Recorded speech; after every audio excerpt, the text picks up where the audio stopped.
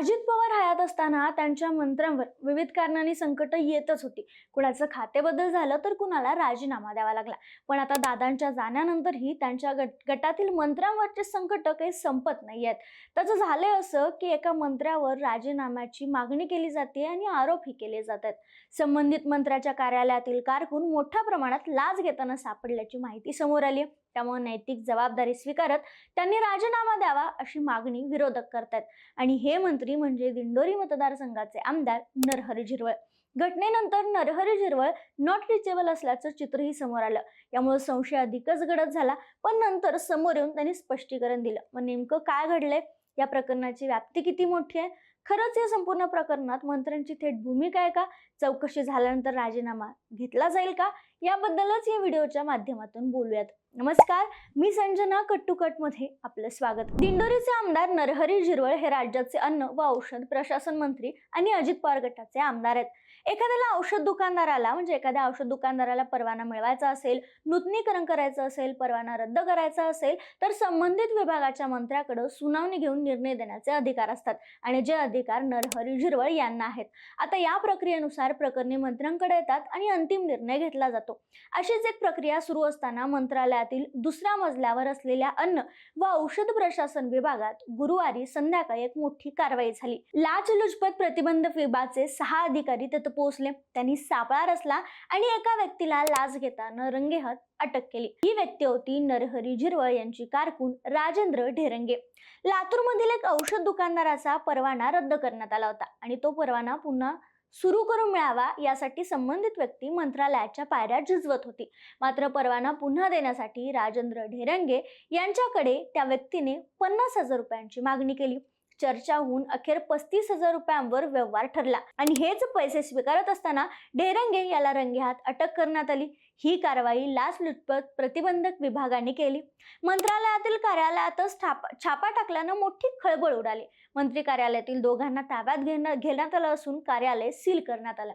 खरं तर या प्रकरणाला खरा ट्विस्ट जेव्हा मिळाला तो म्हणजे ढेरंगे याची चौकशी सुरू झाल्यानंतर आणि चौकशी दरम्यान राजेंद्र ढेरंगे यांनी जी काही माहिती दिली त्या माध्यमातून मोठा धक्का बसला। माध्यमांनी सांगितल्यानुसार राजेंद्र ढेरंगे यांनी चौकशीत असं सांगितलंय की जे हे पैसे मी घेत होतो ते पैसे मंत्री झिरवळ यांचे स्वीय सहाय्यक अर्थात पीए रामदास गाडे यांच्या सांगण्यावरूनच घेतोय आणि या दाव्यामुळे या प्रकरणाला वेगळंच वळण मिळालं।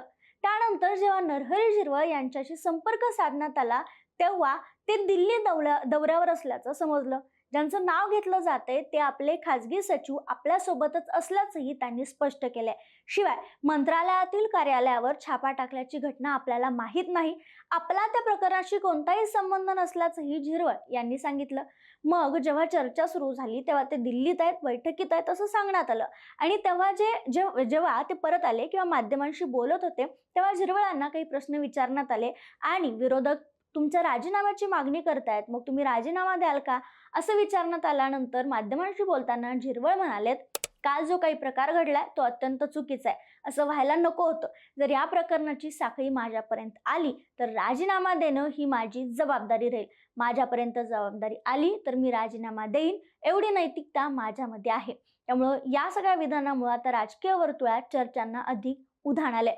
चौकशीचा पुढील टप्पा आणि जबाबामधून समोर येणारी माहिती यावरच आता झिरवळांचं आणि या प्रकरणाचं भवितव्य अवलंबून असणार आहे। मात्र ज्या झिरवळांच्या संबंधित हे घडले ते झिरवळ कोण आहेत, त्यांची राजकीय कारकीर्द काय राहिली यावर देखील थोडक्यात नजर फिरूयात। नरहरी झिरवळ हे नाशिक जिल्ह्यातील दिंडोरी विधानसभा मतदारसंघाचे आमदार आहेत।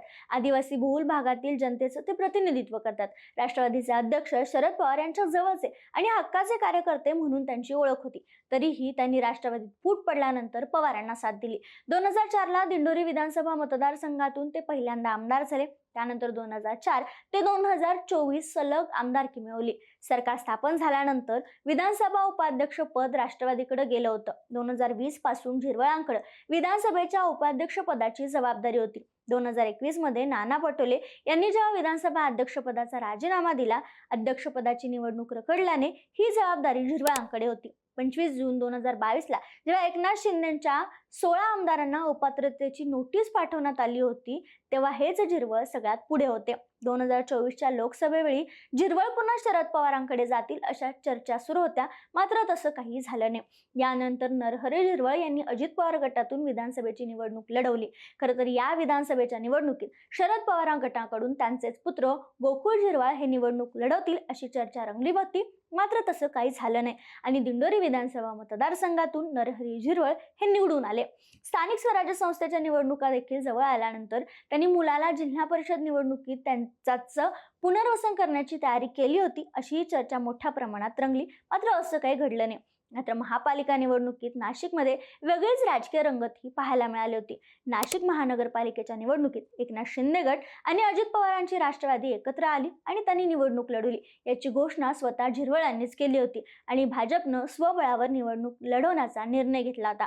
या निवडणुकीत दोन्ही पक्षांना यश आलं, मात्र भाजपनं इथं गुलाल उधळला। विशेषतः 72 जागांवर भाजपचे उमेदवार विजयी झाले होते, ही बाब लक्षवेधी ठरली होती। यानंतर मात्र जिल्हा परिषदेच्या निवडणुकांचा विषय पुढे आला, मात्र नाशिक जिल्हा परिषदेची निवडणूक या टप्प्यात झालेली नाहीये, कारण हा जो निर्णय आहे तो कोर्टात प्रलंबित असल्यामुळं ही जी निवडणूक आहे ती जिल्हा परिषदेची नाशिकमध्ये झालेली नाही आहे। त्यामुळे हे जे काही घडले ते येणाऱ्या जिल्हा परिषदेच्या निवडणुकीत महत्त्वाचं ठरणार आहे, हे मात्र नक्की। मात्र या सगळ्यावर तुमचं मत काय?